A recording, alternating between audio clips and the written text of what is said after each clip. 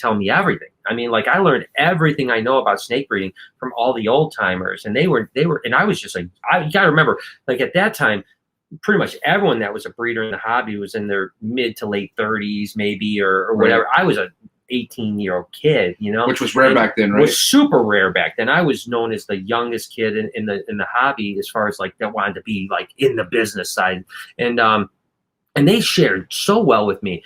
It seemed to me like maybe at some point when the internet came into it, it's like, you know, and it still happens to this day, I think, and I've heard this from millions of people, not millions, but lots and lots of people, that, you know, you go on a Facebook group or something and you ask, like, why is my ball python shedding this way? It's like, you should know a ball python. You don't even know what the fuck you're doing. Get out, you know. So Classic. It seems to me like almost like the information is worse now. You know, it's more readily available, but there's also 20 different, you know, versions of the truth.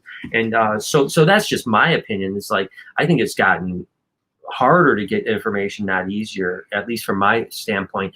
And then there's, the other thing is that, you know, when money gets involved, it gets really weird, right? You know, because like, why is this guy going to want this guy to do well? Because he's going to take money off his table, right? He's not going to eat, you know? Right. And so that, at least that's really what happened when I was like still really in the game. You know what I mean? Now you got to remember, I'm kind of out of the game, even though we're producing, you know, again, thousands of animals. I mean, we're producing, you know, a few thousand colubrids a year, and I'll produce, you know, probably 1,700 ball pythons this year, something like that. Wow. You know, so it's not like I'm not in the game, you know, but I just don't play the game of the investment. I go to shows. I don't compete with other people. I'm on my own island, right? You know, but when I was in the game, it was really vitriolic. As a matter of fact, I truly believe the majority of like the hate that kind of came about because of my competitors. Yes. I was such the gold standard at the time, where everyone wanted to do business with BHB, that they had to almost like knock me down to compete with me, you know? Right. And that's ultimately what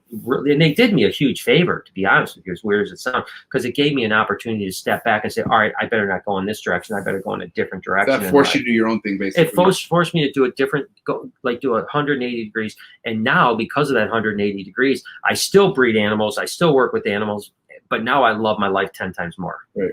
It's funny how that works out. It is funny how, because I'm sure at that time, as you were like, "Fuck, I got to dip out," it was probably scary at that time. It was the hard. You know, you got to remember, my whole adult life, I did one thing: breed snakes. Right. That was it. I had no other income streams, no investments. I was all in on one thing, you know. And so to change that, it was, and not to mention, you know, this goes back to 2009.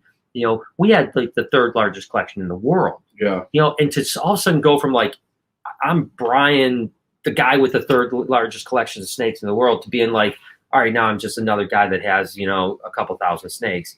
You know what I mean? There's a lot of us that have a couple thousand snakes. Right. That's a hard pill to swallow, you know what I mean? But you have to set your ego aside and you say, okay, I'm moving that. And at the time, it was a terribly difficult thing, terribly difficult. I mean, it was like, I mean, probably for a year, I was like really struggling.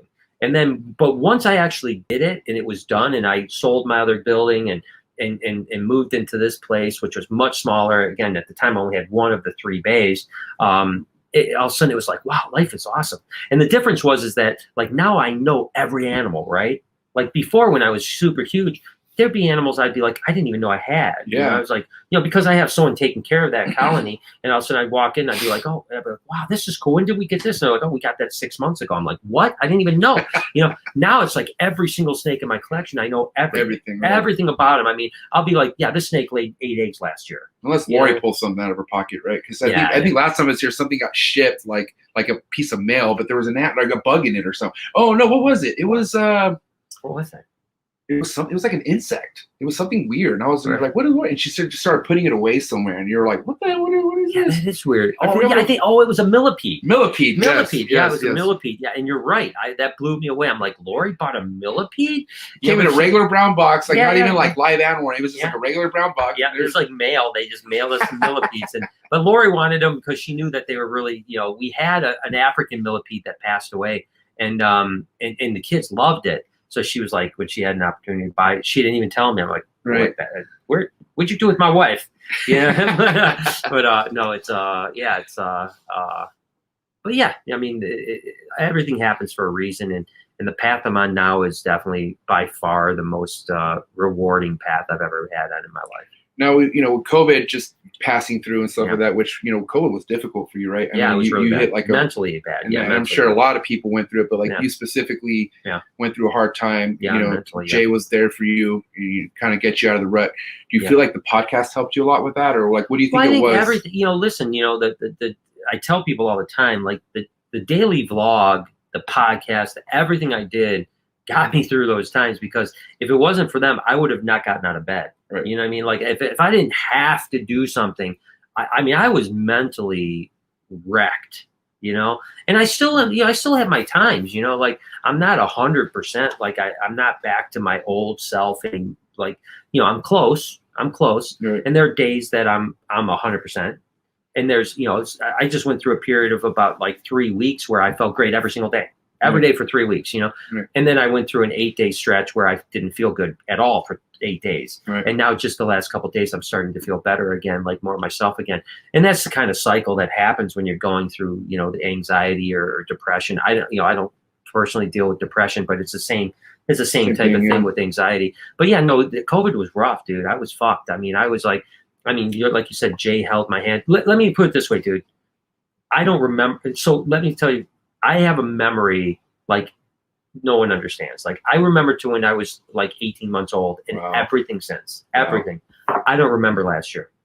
Like it's like didn't happen. A blur. But you still remember stuff back in the day. I remember everything from before, but I remember going into my COVID / anxiety fog, and I remember bits and pieces. Like it was 12, 13 months, and I remember like little people. Like I don't remember Christmas. I don't remember anything about Christmas. I don't remember my birthday. I don't remember Thanksgiving. Christmas I don't remember is a big holiday. I don't remember 4th of July last year. Yeah. Like I mean, like I don't even. If you said, "What did you do on the 4th of July last year?" I have no idea.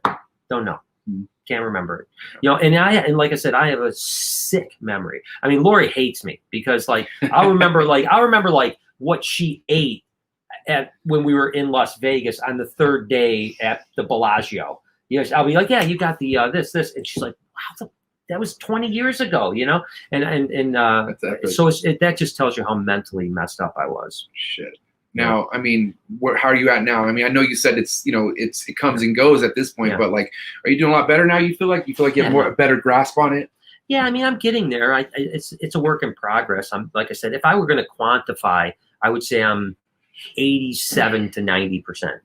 You know, so I've still got 10% to go, and that's a lot of meditation. It's a lot of mindfulness, gratefulness, working very hard. I always talk about, like, you know, when it comes to mental health. And by the way, we can take questions too if they. Yeah, we'll do it after this. Yeah, I just don't want to. No, you're good. I know that people super chat. They're like, it's been 20 minutes. Yeah. And I'll ramble. Trust me. I mean, you know, you'll be like, oh shit, man. There's an hour later. Yeah. But I tell people, you know, like we don't think second to, like, you know, when we're a little bit overweight or something like that, to go on a diet and go to the gym. Right. But we don't think about going on to the mental gym. Right. Right. Which is just as important. It's just as important. Yeah. And so that's what I do every day is I do the mental gym, you know, through mindfulness, gratefulness, meditation, so on like that. So I'm getting there, and I will be better than ever. You know what I mean? Like when I'm done with this, you know, and I'm close to the end, you know, I'm going to be great. Good. Awesome. Now, let me ask you this, Brian, because if it's one thing I paid attention to, because I watched your vlogs, like when you were expressing what you were going through and stuff like that, there were so many people relating to your, like what you're going through. Like, you know, obviously depression and anxiety it's a spread all through the United States, especially after COVID. But, you know, a lot of people don't have a J. A lot of people don't have somebody to maybe pull them out of the rut, but they're in a fucked position. Yeah. What's your advice to anyone out there who's just can't get out of it and really can't really rely on anyone to get them out of it?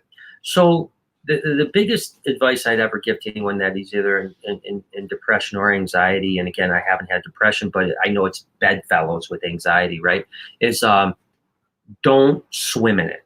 Right. And what that basically just means is that if you're like, I don't want to get out of bed today because I'm depressed, or I don't want to go outside because I'm anxious, go outside, get out of bed. That's how you get past it. You will never get. So when I hear someone that's like, yeah, I've had really bad anxiety for 15 years, I feel, first off, I feel empathy for them. I'm like, I feel so bad because I have it for a year, and it's like literally every day you want to die.